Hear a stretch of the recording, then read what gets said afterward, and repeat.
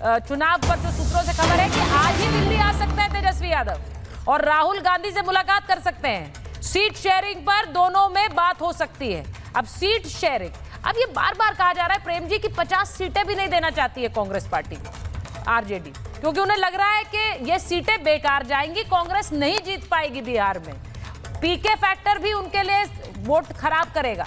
ऐसे में उन्हें कांग्रेस को 50 सीटें नहीं देनी। अब आज मिलेंगे अगर तेजस्वी राहुल से। अनंत जी वापस आ गए हैं। अनंत जी जरा सुनिए, आप बीच में गायब हो गए थे। जरा मैं प्रेम जी से पूछ रही हूँ सवाल कि क्या 50 सीटें भी नहीं देंगे? अब ये फंसा हुआ है मामला, उन्होंने क्रैक कर लिया है फॉर्मूला सीट शेयरिंग का, एनडीए ने।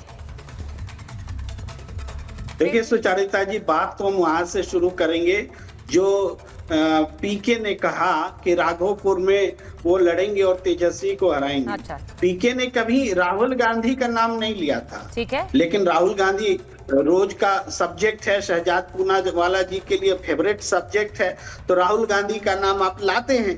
तो जब राहुल गांधी का नाम अगर यहाँ लाया जाता है तो ये भी बोलना पड़ेगा कि भाई ये नेता प्रतिपक्ष हैं, तेजस्वी भी प्रतिपक्ष है, सिमिलैरिटी है, नाम ला सकते हैं, एडिटोरियली ला सकते हैं।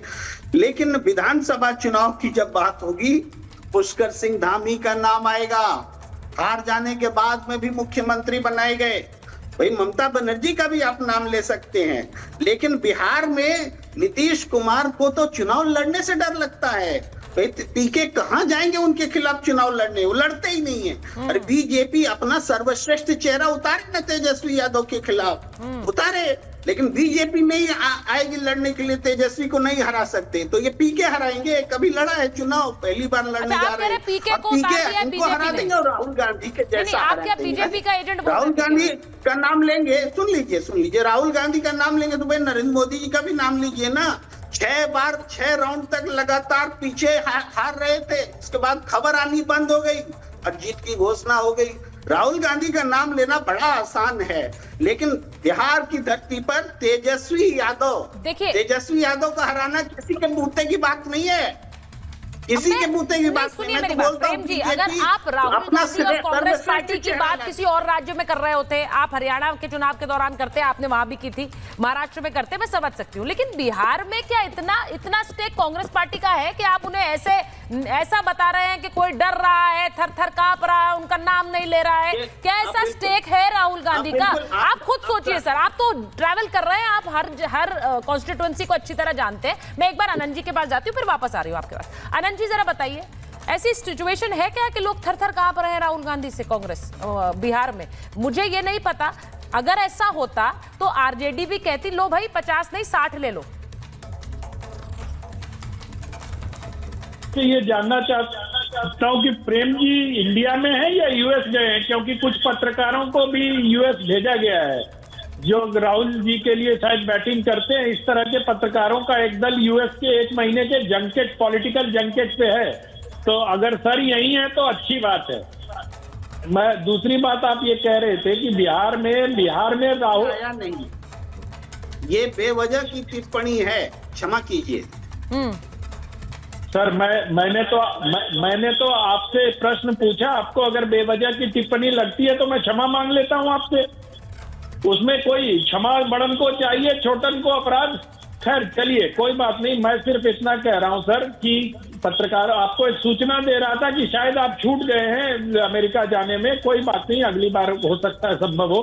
मैं दूसरी बात, अभी आपने जो अर्धसत्य कहा उसके लिए आपको क्षमा मांगनी चाहिए कि प्रधानमंत्री नरेंद्र मोदी 6 राउंड तक हार रहे थे, उसके बाद खबर आनी बंद हो गई और उसके बाद परिणाम आ गया। अरे प्रेम कुमार जी, अगर आपने उस दिन चुनाव के दौरान ट्रैक किया होता तो उसके बाद 12 राउंड तक वोटों की गिनती होती रही और 12 राउंड तक वो चुनाव परिणाम आते रहे। तो इस तरह अर्धसत्य बोल के जनता को भ्रमित करने का दुस्साहस राष्ट्रीय चैनल पर करने से आपको बचना चाहिए। रही बात बिहार की, तो बिहार में ऐसा कुछ भी नहीं है कि तेजस्वी यादव अजय हैं। तेजस्वी यादव जी के परिवार के कई लोग। रुक जाइए प्रेम कुमार जी, जब आप बोल रहे थे तो मैं बहुत खामोशी से सुन रहा था।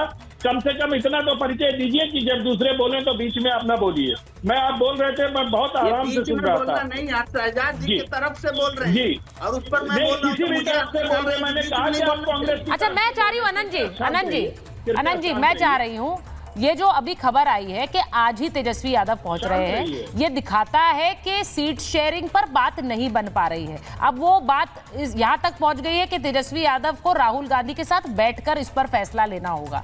आपका आंकलन क्या कह रहा है? पेच फंस कहां रहा है? आनंद जी, आपकी आवाज नहीं आ रही, अनम्यूट कर लीजिए सर। जी नहीं आ रही होगी वहीं आपके यहाँ तो।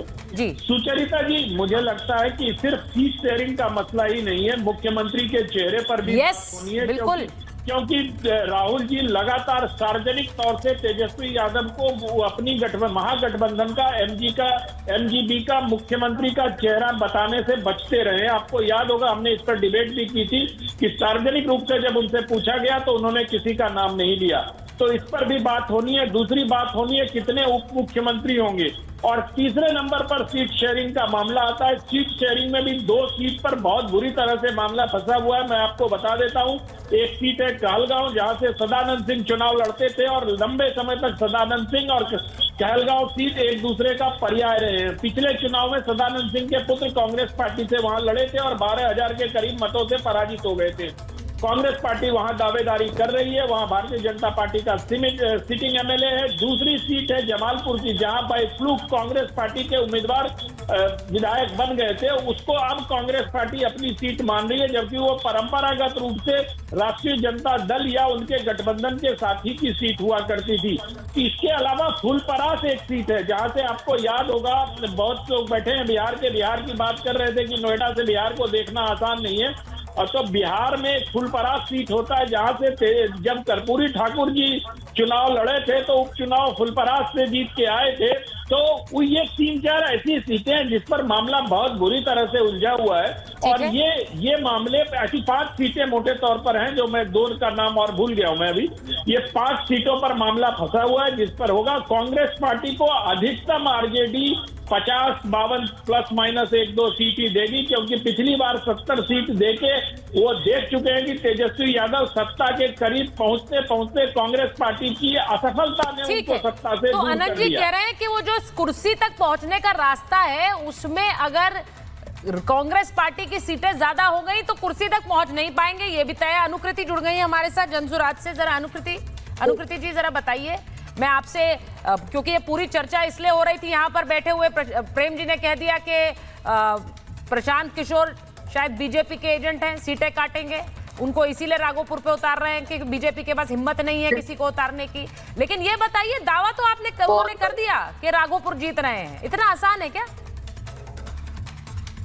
जी, सबसे पहले तो आपको बहुत बहुत मुझे धन्यवाद देना चाहिए कि आपने मुझे बुलाया। और आई एम वेरी सॉरी, अभी हम लोग ट्रैवल कर रहे हैं, हम राघोपुर में ही हैं इस वक्त। और बहुत बढ़िया हुआ कि ये चर्चा का विषय आज है जब मैं यहाँ हूँ, और बिल्कुल आंखों देखा हाल आपको बता सकती हूँ।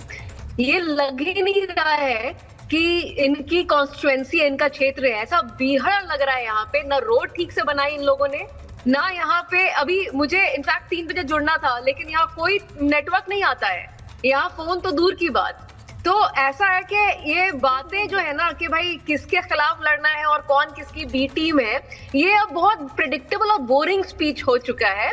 ठीक है, आपको बीजेपी के पास और आरजेडी के पास, जेडीयू के पास कुछ रह नहीं गया है बोलने को। तो और स्पेशली जब से हमारी पहली लिस्ट जब से आई है, जब से हमने सबको बता दिया कि भाई 51 में 17 अति पिछड़े हमने दिए हैं कैंडिडेट्स, इनके 100 भी आ जाए ना तो उसमें 17 जो ये लोग जाति की राजनीति करते आए हैं, ये नहीं करेंगे। हम दे रहे हैं प्रतिनिधित्व हर वर्ग को, हम जाति की राजनीति नहीं कर रहे हैं। इस तरह से तो हम लोग अपना काम कर रहे हैं। ये आपने इसको फ्रेम अलग ढंग से कर दिया है। हम जातियों को प्रतिनिधित्व कर रहे हैं, हम प्रतिनिधित्व की राजनीति कर रहे हैं, लेकिन हम जाति की राजनीति नहीं कर रहे हैं। ये कितनी अच्छी बात है। कान को इधर से पकड़ो या इधर से पकड़ो, बात तो एक ही है अनुकृति। नहीं, देखिए लोकतंत्र में प्रतिनिधित्व की ही राजनीति होनी चाहिए।